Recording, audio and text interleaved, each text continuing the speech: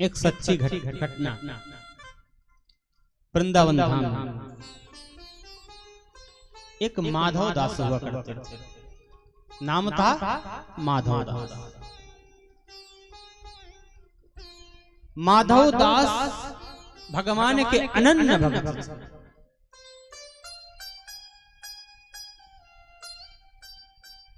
एकांत में भजन करते थे, भीड़ में नहीं,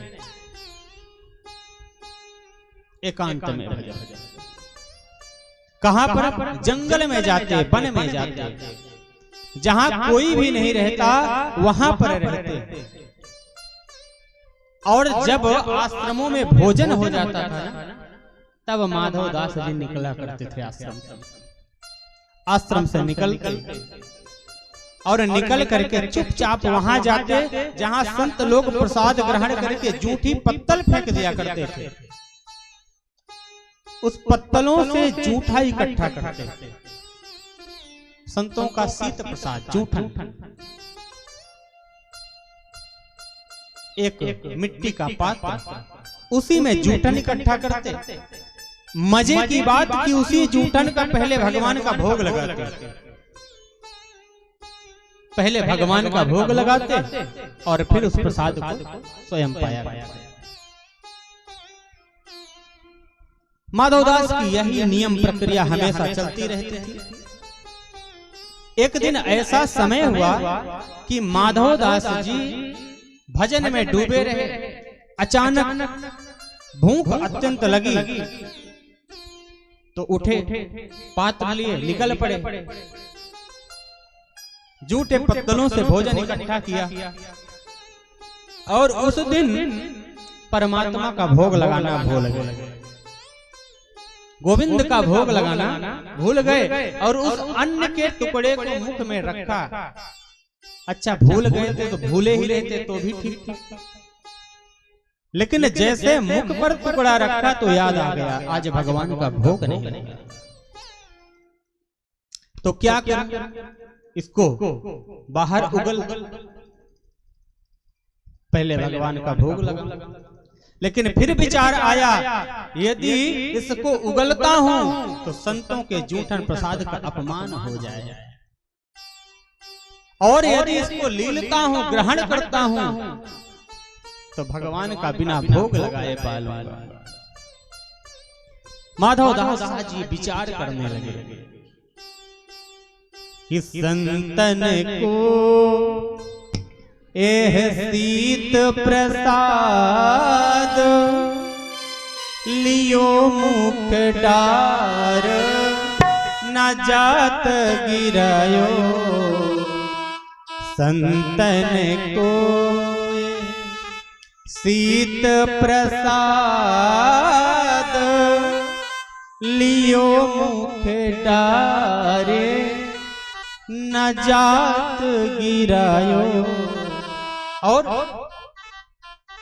लीलत लाज लगे मन में, मन मोहन को नहीं भोग लगायो। आज स्थिति क्या हो गई कि भई गति सांप छछूंदर की, काह करूं कछु सोच न पायो। अब बीत गयो ओह बार बिनीत,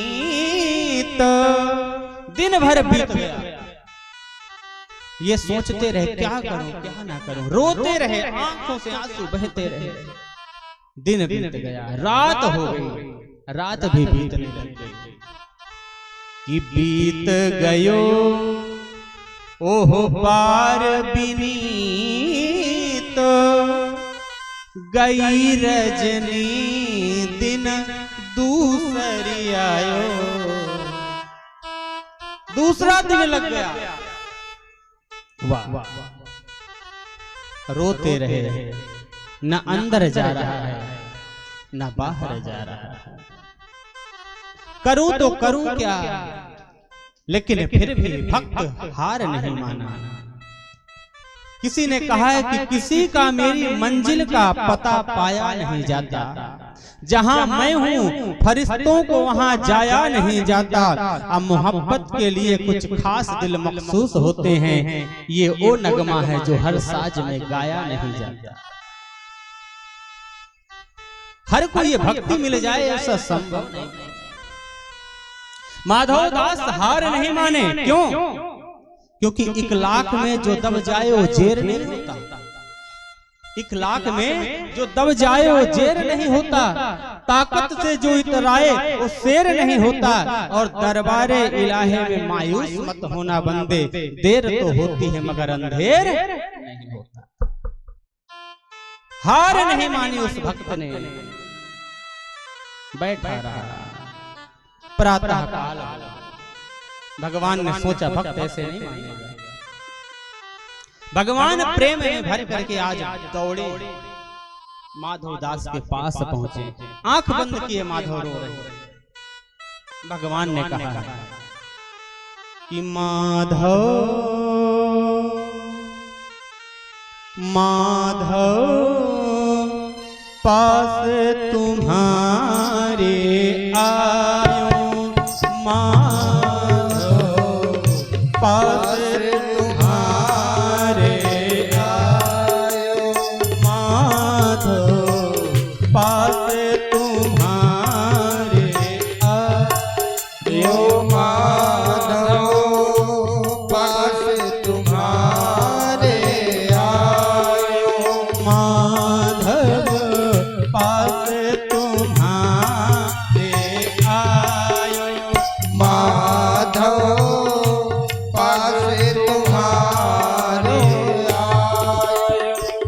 तन में उठी भूख की पीड़ा, तन में उठी भूख की पीड़ा, तीर तीर धर धायो, माधव द्वार तुम्हारे आयो, माधव द्वार तुम्हारे आयो, माधव द्वार तुम्हारे आयो, माधव द्वार तुम्हारे आयो।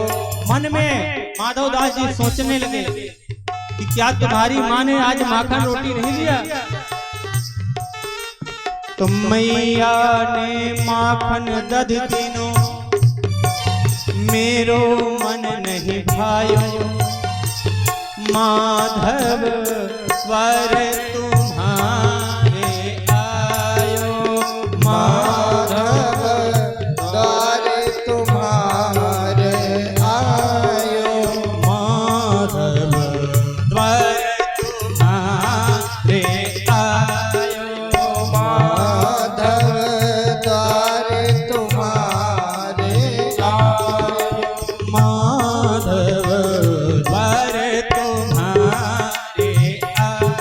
आयो, माधव द्वार तुम्हारे आयो।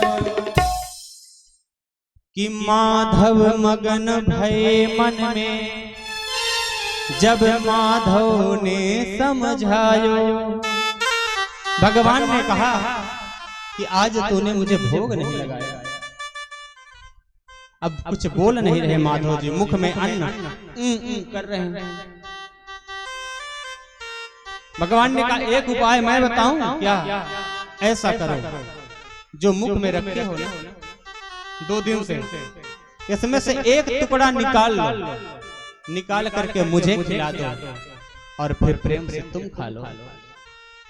माधव दास जी ने कहा अपने मुख का जूठन आपको कैसे खिला सकता हूँ? भगवान ने कहा सैकड़ों लोगों का जूठन रोज खिलाते हो, अपना जूठन खिला दोगे क्या बिगड़ जाएगा? माधव दास जी ने कहा ये नहीं हो सकता, ये ऐसा नहीं करूंगा। फिर भगवान ने कहा तो फिर हम भी बिना खाए मानने वाले नहीं, हमारी आदत क्यों लगा दी तूने?